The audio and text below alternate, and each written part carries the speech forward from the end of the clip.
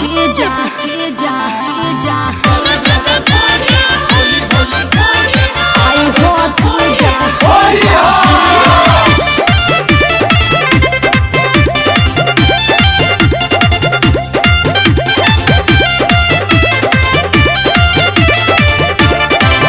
जीजा खींचा जंतु पटाना तो देखली कोई सोचा जान जाई दीदिया तो तब का होई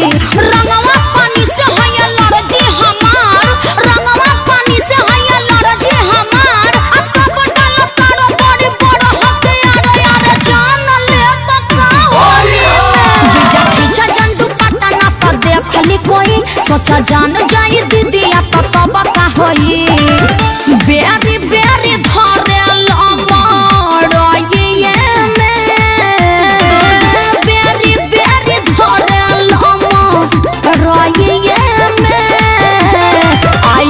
जीजा रंग देवा का हो बच्चा कट्ठा चीज लड़ी कहिए अरे आई हो जीजा रंग देवा का हो बच्चा कट्ठा चीज लड़ी कहिए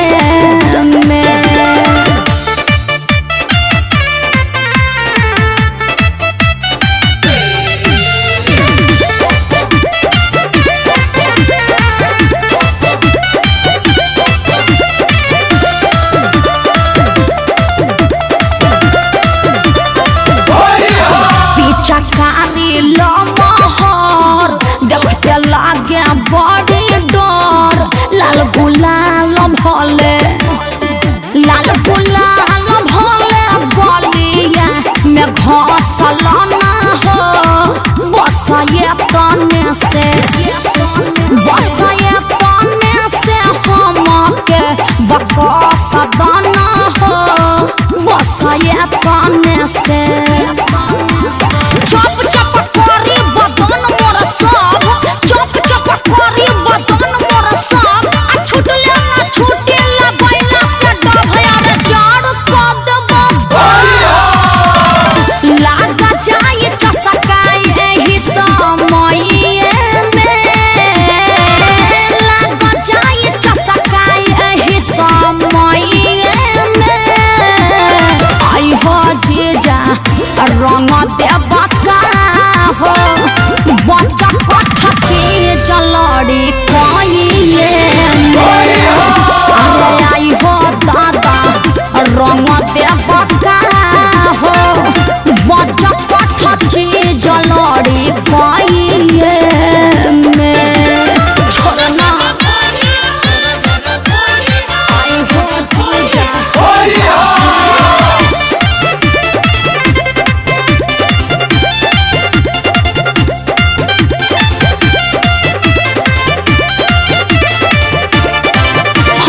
दोसरा के धन परेशान कर जान अंतरा के लभर खबर जब पाए जाई हो सच कहतनी हरे राम हसमुखी खिसियाई जाई हो सच कहतनी फच फच मरबा पिचकारी से धार फच फच मरबा पिचकारी से धार आ हो जाई पोथा समीज साला बारा डाला पाइब न कतनो जीवा प्लीज जीजू हो जाई गड़बड़ हड़बा रहिए में हो जाई गड़बड़ हड़बा रहिए में आई हो जीजा रंग देवा